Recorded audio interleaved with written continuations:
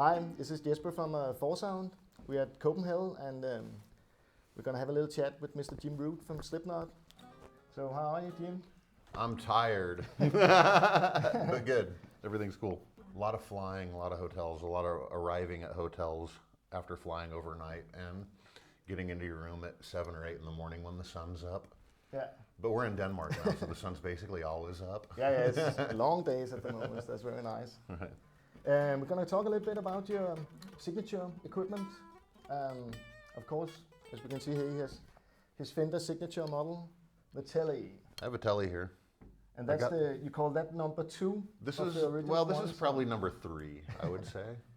Yeah, actually, and it even says 3 on the back here. Oh, yeah. Martin, my tech, has labeled everything in terms of which ones I go for, and this must be one. Probably because it's in the dressing room, it's probably one that I don't go to that often. Oh, yeah. But this is one of the first prototypes. They sent me 4 prototype ones when we were first talking about doing the signature model, and this is one of the early ones, you know. Yeah, because it's funny, we talked about it earlier, you will normally see the white one on interviews, but this black one is... And now that we have, you know, we've got 2 different stage setups. We've got an A rig and a B rig, so my number 1 white Telly's on our A rig, and I don't think that set is here today. I think we're on our B rig today, so... Sure. Yeah, so that one's probably in France right now. Yeah, I've been liking the way the Strat's set up in A. We have 2 different tunings, a drop A tuning and a drop B tuning. So for whatever reason, I've been using the Strats for the A tuning a lot lately. And then I try to, you know, when you have 3 signature model guitars from a company like Fender, I try to play as much of all of them as I can. But, you know, like since the Telly was the first one, I like to kind of save it for later on in the set. You know, I'm playing that one like last. The Jazzmaster, because it's the newest one, and because I just really like the balance and the feel of it, I've been playing that a lot. Like if I had my way, I would probably just play the Jazzmaster all the time, but I don't have enough of them to do that yet. But you like the new compound fretboard radius? I think Yes. it's 12, I really 16 do. Yeah. compound. I like that a lot. I mean, I'm not trying to take anything away from the 12 that the Telly has, but you know, I grew up and I learned on Charvels, which had that compound radius, you know, and when Fender said that they would do that on the Strat and on the Jazzmaster, I was really stoked about that. So, you know, if you're sitting around and you're wanting to, you know, do that type of stuff, the compound radius is nice because you can set the action up nice and low, and you can, you know, you can still get full bends with really low action, you know.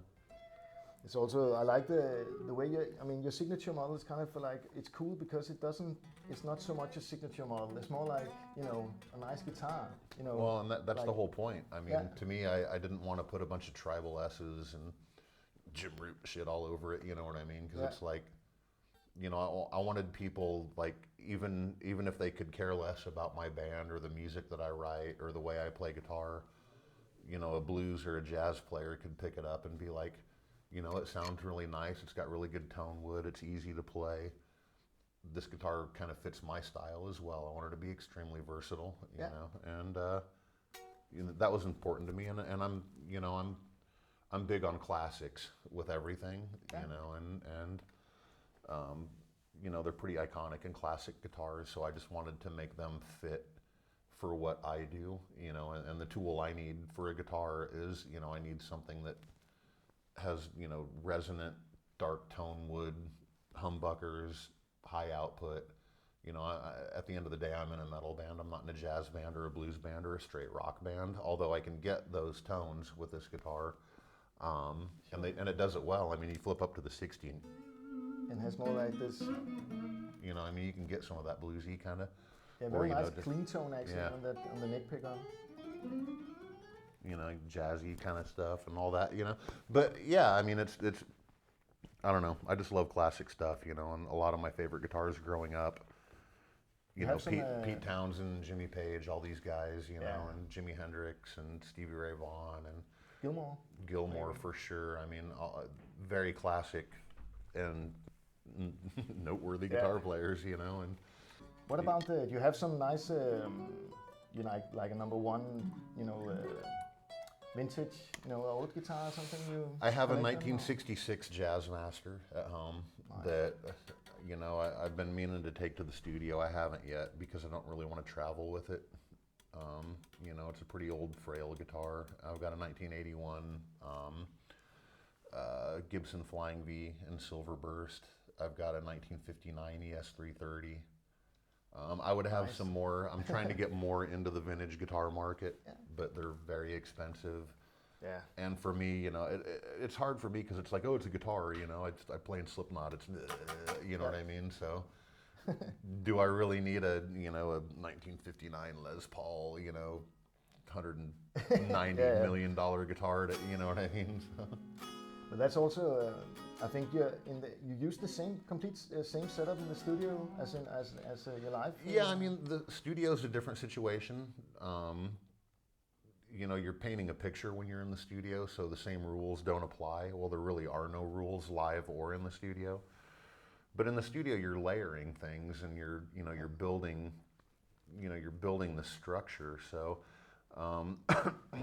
Part of the reason I ended up with the stuff that I use live is because I wanted to be able to use what I use live in the studio as well. Yeah.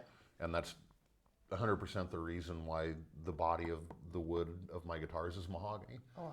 Because for years and years when we were in the studio in the early days, I found myself, you know, they'd take the Charvel or the Jackson out of my hand or whatever Strat I had, and they'd be like, we got to use a Gibson because it's more full and thicker sounding. And I was like, well, for the okay, so I need to build a guitar that has a mahogany body. And, you know, if I were, like I said, if I were playing in a blues band or a straight rock band, it'd probably be a different scenario, you know. And that's not to say that I won't experiment with like alder or ash woods in the future. But for now, I mean, this is what, and Fender's never really done a mahogany bodied guitar at this level, you know, that I know of anyways. I'm sure maybe they did the rosewood telly, you know, like what Harrison had back in the day, but yeah, some of that master built stuff is incredible though. Yeah, I think and so. The level of craftsmanship in the building is just amazing. But in the studio also you just use the rocker verb and the 412 cabinets. I use also? those, yeah, I use those for main, but I do a lot of blending in the studio, you know. I mean, there was a time where I was blending amps on stage live, but, you know, I mean, you can get to the point where you can drive yourself crazy chasing tone on tour, you know.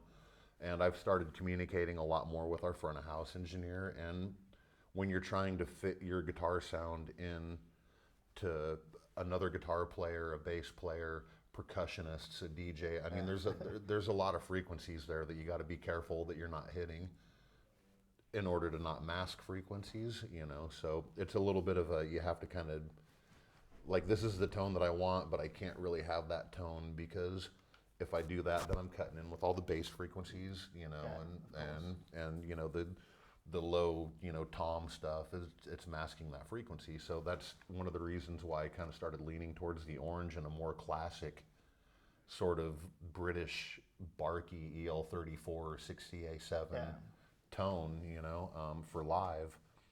And in the studio, it's the same thing. You know, I try to get as close to my sound live as I can, but that's not necessarily the best thing because you're, like I said before, you're painting a picture, so it's going to be a little bit different. So you do a lot of blending.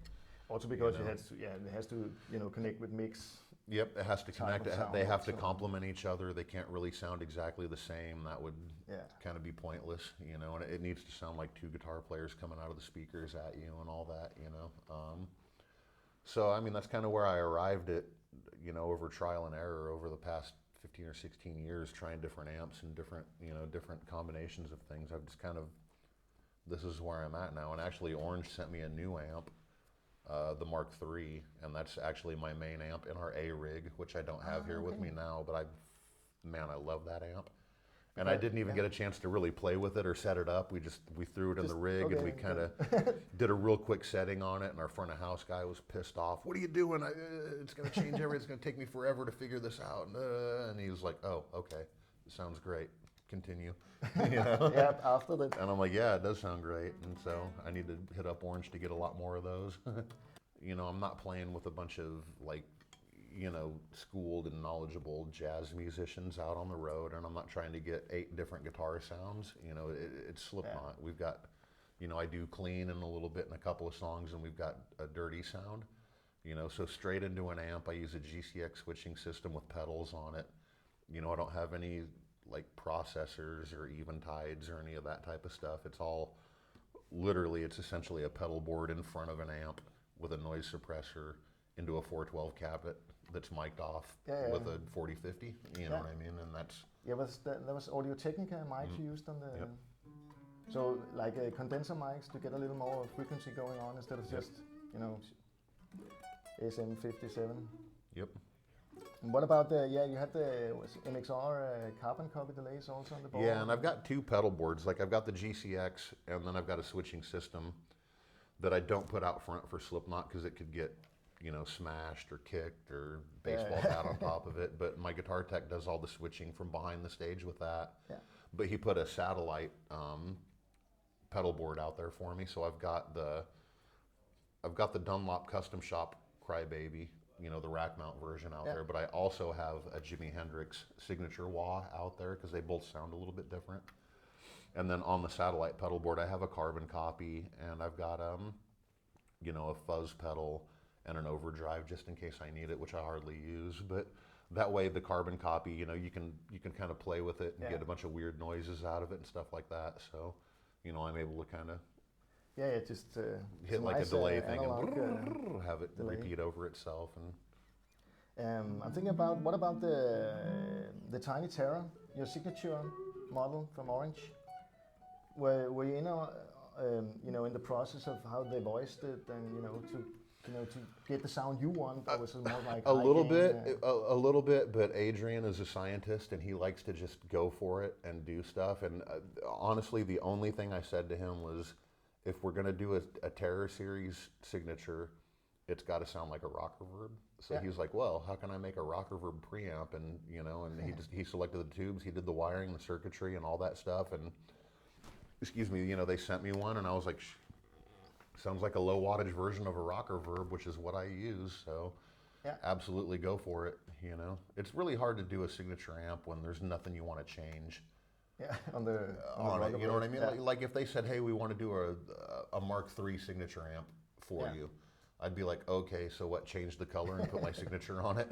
You know what I mean? I don't think that's very cool. You know what I mean? So if I had an idea that I could get to Adrian before he already came up with it, then it would be cool to work on an amp with them that we could do something like that. But the Terror it's perfect, it's affordable, it'll, I've used it to rehearse with before.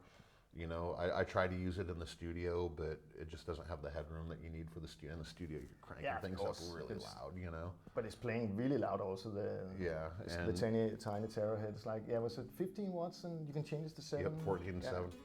That's also very, very nice for most applications. What about your signature cabinet? It's also... Yeah, it's got a little bit different of a speaker in it. That's why I'm talking about maybe when we do other speakers. Hi, Corey.